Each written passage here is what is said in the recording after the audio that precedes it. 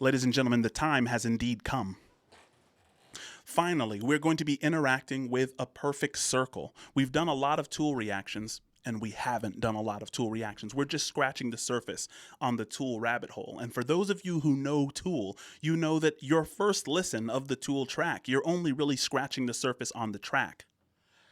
Guys, comment preemptively. Please leave it in the comments right now if you are here for the perfect circle journey. Without any further ado, we're going to be looking at Judith.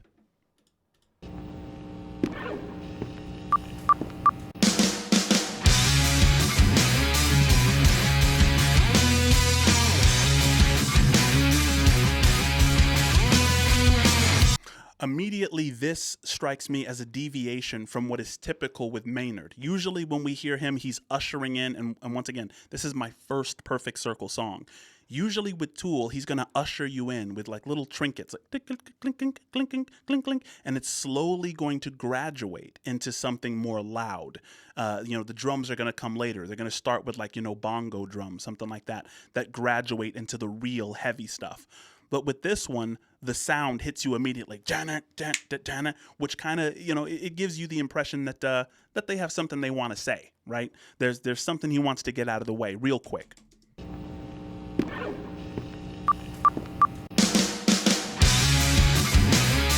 Hardly an intro. Boom, boom, boom, boom. Right.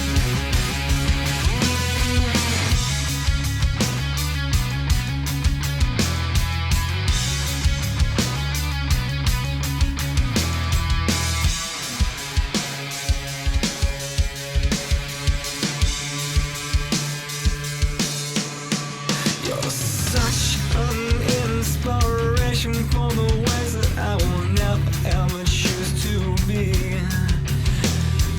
Oh, so many ways for me to show you how your Savior has abandoned you.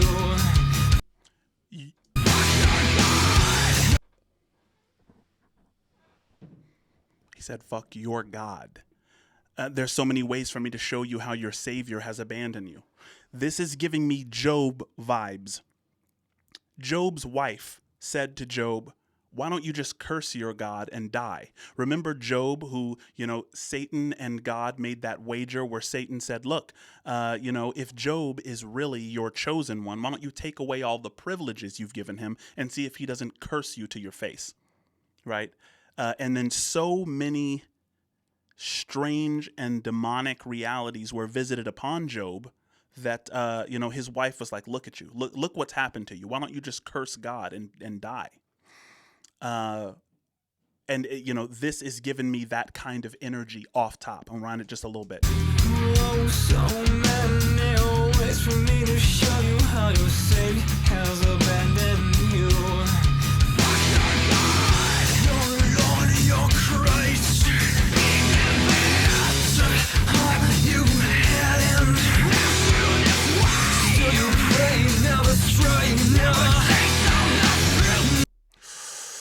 They're saying your God, your Christ. I feel, because listen, I'm biased. I'm a very religious man. If you guys are, familiar with Nacho Libre, I am, right? I feel like the word your is doing a lot. It's your God, your Christ, your take on the dogma, or you're taking the dogma from whatever pulpit is spoon feeding you these ideas.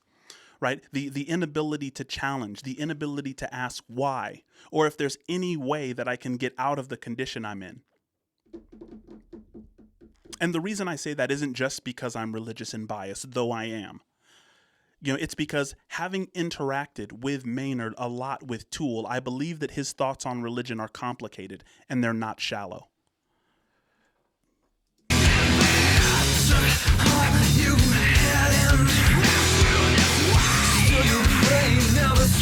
No, guys, listen, I have to figure out who this message is to.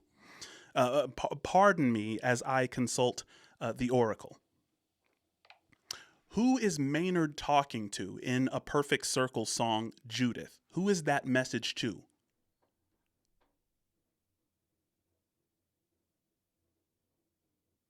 Who is the message to? Hang on, guys. I must.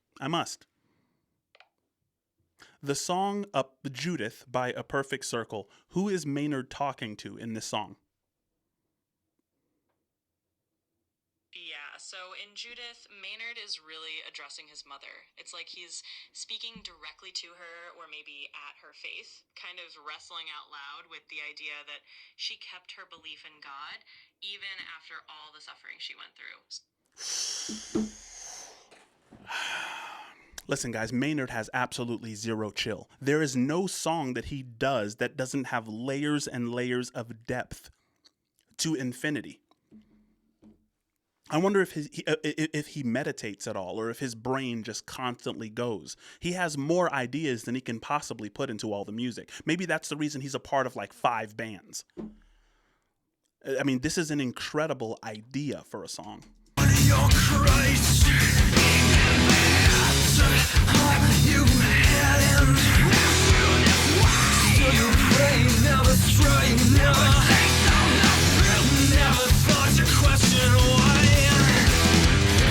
Guys, listen, there is a part in the movie The Messenger with Dustin Hoffman and Mia Gurglovich. I think actually the person who is in The Messenger, who played Joan of Arc, she actually played guitar for Philosopher once upon a time. I will, let me know if I'm correct about that. I think she was when I saw Philosopher. When I looked that up. But there's this song where Joan of Arc, played by her, is in this cell, and Dustin Hoffman plays Satan, and he shows up in her cell and is saying all of these things to her, like, hey, where is God now? Are you sure that are you sure you're on the right path? I mean, how do you know? I mean,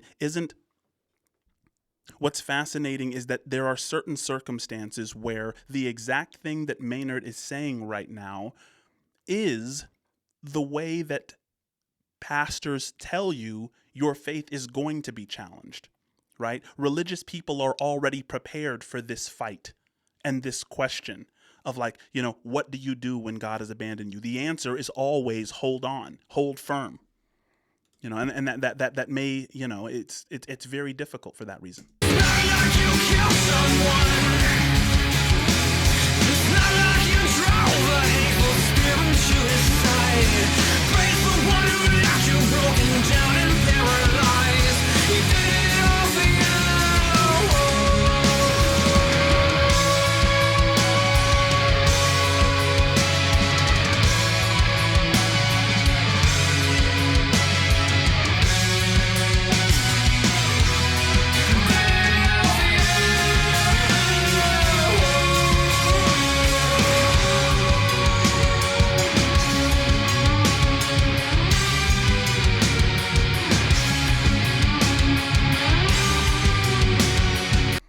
That young lady playing that electric guitar in them high heels is pretty gangster. I'm not gonna lie, I like that.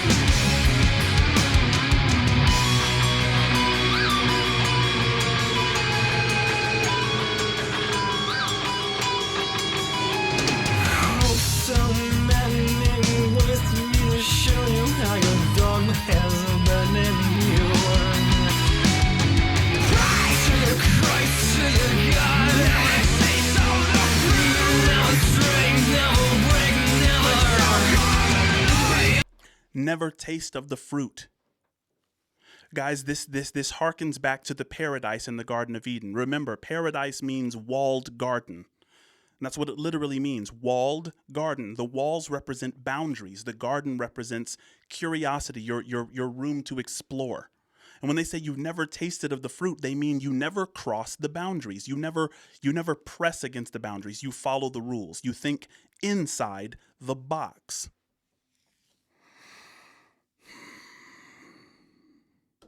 Never choke on a lie. What does that mean?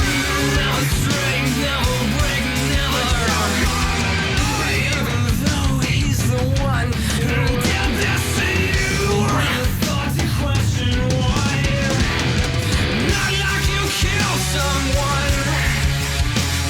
It's not like you drove a spiteful spirit to his side. Guys, he's like, it's not like you killed someone. Guys, as this makes me hearken back to when Jesus was actually walking the earth, and they passed by a blind person, and they asked Jesus, they said, who sinned that this man was born blind? The rationale behind that question was being blind really sucks. Specifically, maybe back then. I mean, what could you possibly do? You're blind from birth. That just sets a very terrible trajectory for the rest of your life, at least in that ancient time. And they said, who sinned that this happened to him, right? If terrible things happen, it must be the consequence of some failing, right? And Jesus obliterated that. He said, no one sinned. He's blind so that God may be revealed through him in just this moment. Something like that. I'm paraphrasing, right? Either way, Jesus said, look, it's not because you did anything wrong that this is the case, right? Not everything is about cause and effect. Some things you just have to accept. Don't identify with transient circumstances. You know, what it kind of makes me think is that there's some anger, there's some anguish for people who are outside of the game we're all playing, right? I mean, tell me if you agree. I mean, someone who just has this quiet peace and this quiet joy in the midst of turmoil, it disturbs those of us who are always playing the game. Those of us who lose our mind when our favorite politician loses. Those of us who can't stand it when the promotion we thought we deserved just doesn't pan out, or maybe we get fired instead, right? We want what happens to us to be, to be tethered to, our competency or, the things that we think we deserve. And it's very disturbing when someone lives life outside of that box. And it seems to me that Jesus requested that all of us live outside of that box. To Jesus Christ as if he knows the reasons why he did it all for you. He did it all for you.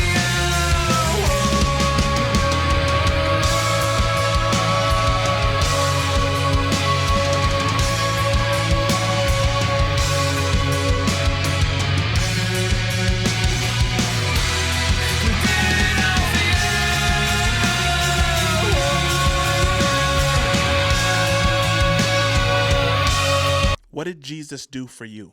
When he says he did it all for you, what all did he do? It seems to me that Jesus never sacrificed his integrity, even if it meant losing his life. Jesus was known colloquially as the man of sorrows, associated with much grief.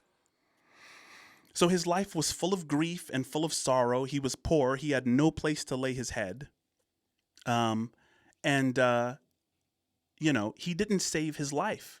He said, look, if my integrity takes me to the crucifixion, then the crucifixion is just how my life pans out. I'm not going to lie to rescue myself from this. I'm not going to identify with transient things and get lost in that game or that story. If my story ends on the cross, then that's how my story ends. It's a very, very, very difficult reality to grok with.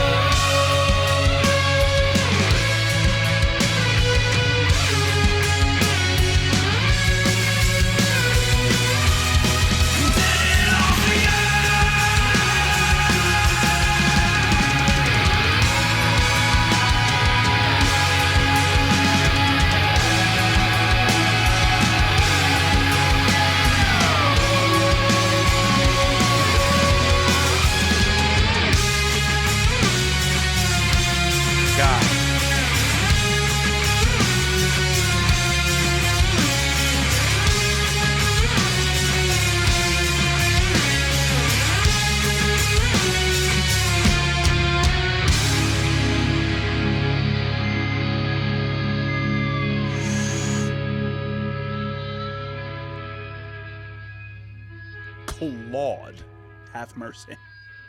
Have mercy. Guys, what is next?